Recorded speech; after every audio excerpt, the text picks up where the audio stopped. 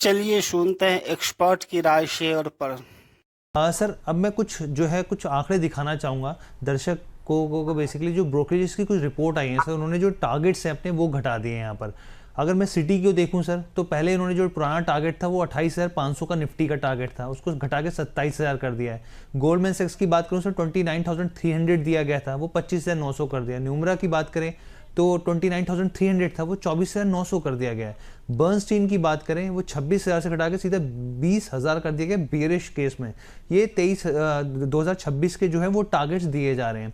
Sir मैं आपसे, क्योंकि यहाँ पे जो रिपोर्ट है उसमें भी ये कहा गया कि भाई जो युद्ध है उसकी वजह से डाउनग्रेड किया गया, स्ट्रेट ऑफ हॉर्मुज में जो तनाव है, तेल की जो ऊंची कीमतें हैं और भारत के जो मैक्रो आउटलुक है उस पर दबाव जो है वो साफ तौर पे देख रहे हैं, और अर्निंग को लेकर जो है वो कह रहे हैं कि कटौती हो सकती है। अब सर मैं आपसे समझना चाह रहा हूँ कि कितना डीप कट और दिख रहा है आपको, अगर हम लोग देखें यहाँ पर लेवल्स के हिसाब से तो। ये मैं वापस वो युद्ध पे जाता हूँ। अगर जी ये 2-3 हफ्ता और चलता है जी और इसमें एस्केलेशन होता है तो मार्केट बहुत नीचे जा सकता है, 2-3 हजार पॉइंट निफ्टी में नीचे जा सकता है। ये वर्स्ट केस सिनेरियो की बात मैं कर रहा हूँ, जी क्योंकि जैसे बीच में देखने को मिला था, इसी हफ्ते के 2-3 दिन मंडे ट्यूसडे शायद देखने को मिला था, बहुत जबरदस्त बिकवाली। आज भी बिकवाली देखने को मिला है, क्योंकि ये सारा सेंटिमेंट को बहुत खराब कर रहा है। और जैसे आप कह रहे हैं कच्चे तेल के प्राइस बढ़ रहे हैं, India is very large importer, India की करेंसी की हालत वैसे ही बहुत खराब हो गई है। तो स्थिति तो गंभीर है, और इस स्थिति में ऐसा अगर चलता रहे तो कॉर्पोरेट अर्निंग्स में भी बहुत जबरदस्त असर पड़ेगा। प्राइमरी इंपैक्ट तो छोड़ दीजिए, सेकेंडरी टर्शियरी इंपैक्ट भी जबरदस्त होगा। और वहां पे हम लोग को 22-23 हजार का लेवल भी देखने को, मतलब उसको भी तोड़ सकता है, 22,000 के लेवल भी तोड़ सकता है निफ्टी। तो उसके लिए तैयार रहना पड़ेगा। पर अगर युद्ध में विराम आता है, इम्प्रूवमेंट सिचुएशन में, स्थिति में सुधार आता है, तो मार्केट रिकवर भी बहुत जल्दी करेगा।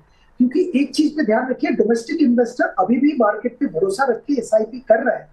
अभी मार्च के आंकड़े तो आएंगे बाद में, देखा अप्रैल में देखा जाएगा, पर फरवरी तक जबरदस्त एसआईपी का इन्वेस्टमेंट होता रहा। और अगर ये ट्रेंड चलता रहे तो डोमेस्टिक इन्वेस्टर उनके अपने बलबूते पे मार्केट को ऊपर ले जाएंगे, क्योंकि मार्केट अभी भी ये करेक्शन के बाद अगर सिचुएशन नॉर्मल हो जाता है तो बहुत अच्छे अपॉर्चुनिटीज प्रेजेंट कर रहा है, और आई एम श्योर निवेशक उस अपॉर्चुनिटी का फायदा उठाएंगे आने वाले दिनों के लिए।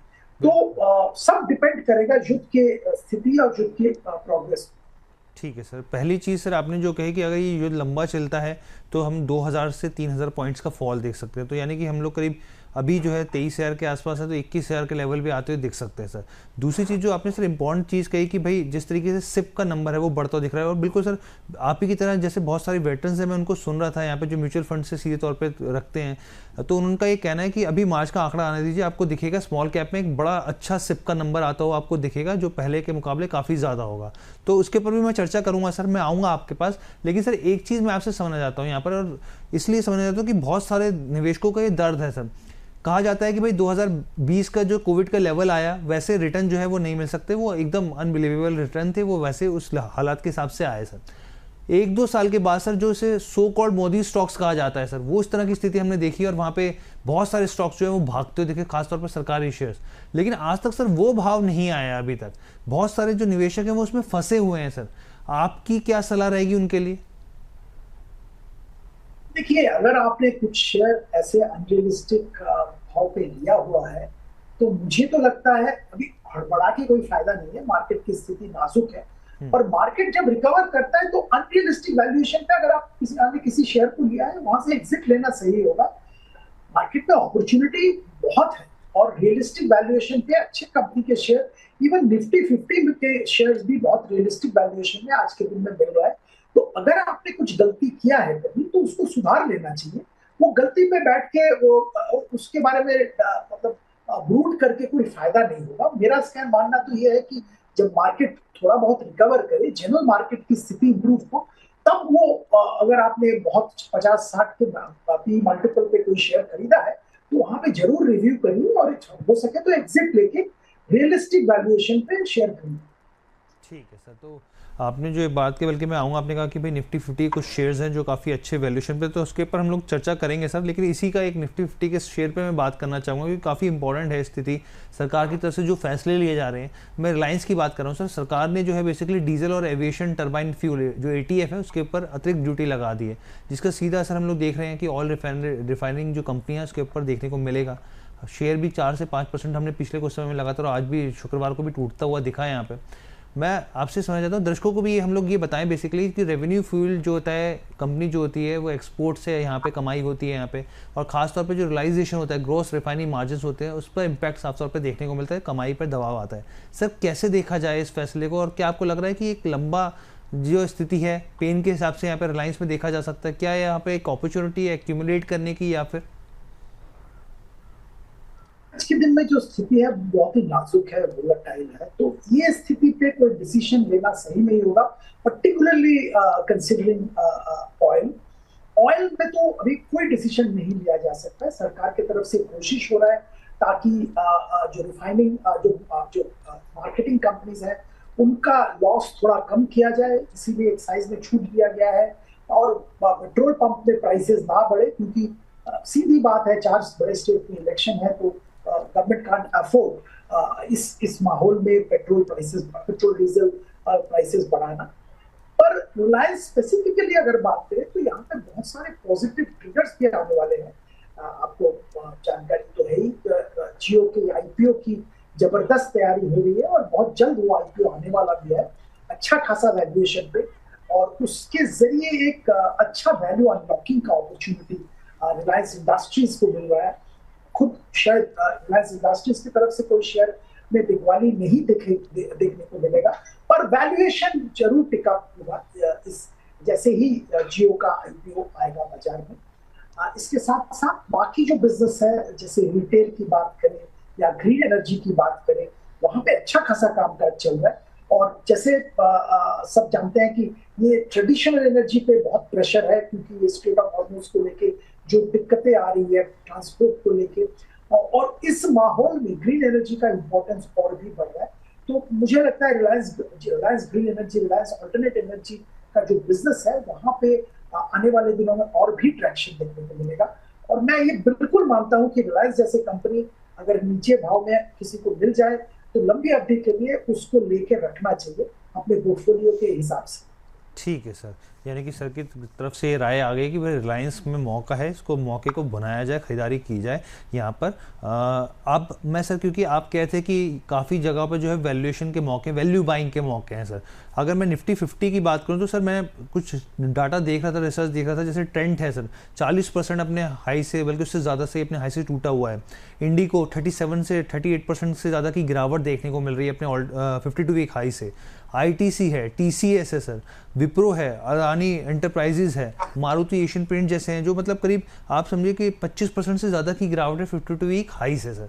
कहाँ सर आप देख रहे हैं? और मेरे सवाल मतलब ऐसे, अगर मैं घूम के पूछूं कि किसी के पास पैसा है और हिम्मत भी है, हौसला भी है सर मार्केट में निवेश करने का, तो वो कहाँ करे सर?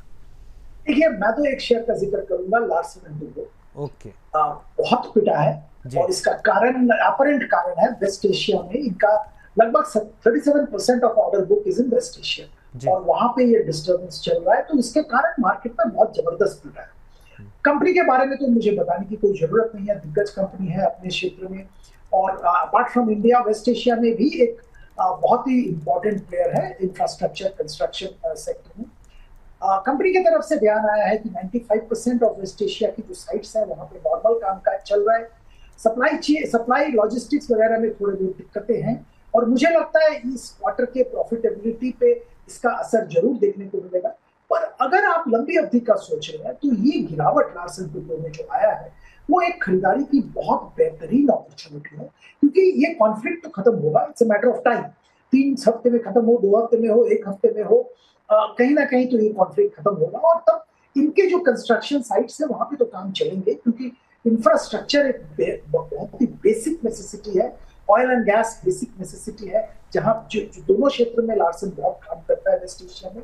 और मुझे तो लगता है कि कॉन्फ्लिक्ट खत्म होने के बाद इनके नंबर ऑफ ऑर्डर्स और ऑर्डर विनिंग का पोटेंशियल और भी बढ़ जाएगा।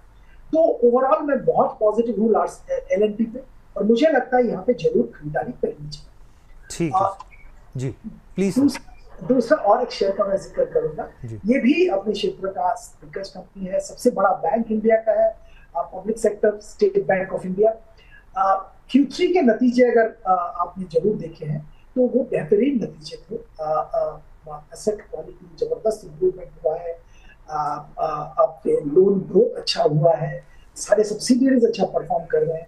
सब्सिडियरी में वैल्यू अनलॉकिंग की बात चल रही है, आने वाले दिनों में IPO के जरिए वैल्यू अनलॉकिंग भी होगा। और ये वार के कारण जो टेम्पोररी डिस्टर्बेंस, क्रेडिट ग्रोथ में रुकावट, ये सब आ सकता है, 1-2 क्वार्टर की बात है। पर अगर आप लंबी अवधि के लिए खरीदारी कर रहे हैं तो ये जो गिरावट यहाँ पे भी आया है वो एक बहुत बेहतरीन अपॉर्चुनिटी है लंबी अवधि के लिए खरीदारी करने की। तो मैं तो ये 2 शेयर की बात जरूर करूंगा। मैं इंडिगो वगैरह की बात नहीं कर रहा हूँ क्योंकि यहाँ पे बहुत डायरेक्ट इम्पैक्ट है वार का, और एविएशन टरबाइन फ्यूल जो कि लगभग 40% एक एयरलाइन का ऑपरेटिंग कॉस्ट होता है, तो वहां पे बहुत बड़ा छलांग ऊपर की तरफ छलांग लगाया है और वो इनके प्रॉफिटेबिलिटी को इम्पैक्ट करेगा। बाय व्हेन ये सब नॉर्मलाइज होगा बताना मुश्किल है। वैसे भी एयरलाइन इंडस्ट्री में मैं थोड़ा कॉशियस रहता हूँ। ट्रेंड के बारे में भी मैं ये कहूंगा कि यहाँ गिरावट जरूर हुआ है, पर परफॉर्मेंस में अभी भी उतना मतलब तगड़ा कुछ मैं दिख नहीं रहा है। कंपनी का जो खुद के एस्टिमेट थे 25% ग्रोथ आएगा, वो ग्रोथ नहीं आ रहा है, 3 क्वार्टर चला गया। अभी देखना पड़ेगा कैसा ग्रोथ आता है, और जो वैल्यूएशन पे काम हो रहा है वो अभी भी सस्ता वैल्यूएशन नहीं है, तो मैं यहाँ पे भी सतर्क रहने की ही सलाह दूंगा। ठीक है सर, तो 3 स्टॉक सर जो आपने बताए, रिलायंस, SBI और L&T, ये 3 स्टॉक्स हैं जो सर आपको लगता है कि यहाँ पर मौका है निवेशकों के लिए, इस मौके में खरीदारी की यहाँ पे बनती है वजह से? जी बिल्कुल बिल्कुल। ठीक है सर। अच्छा सर, ये तो लार्ज कैप की बात हो गई सर। अब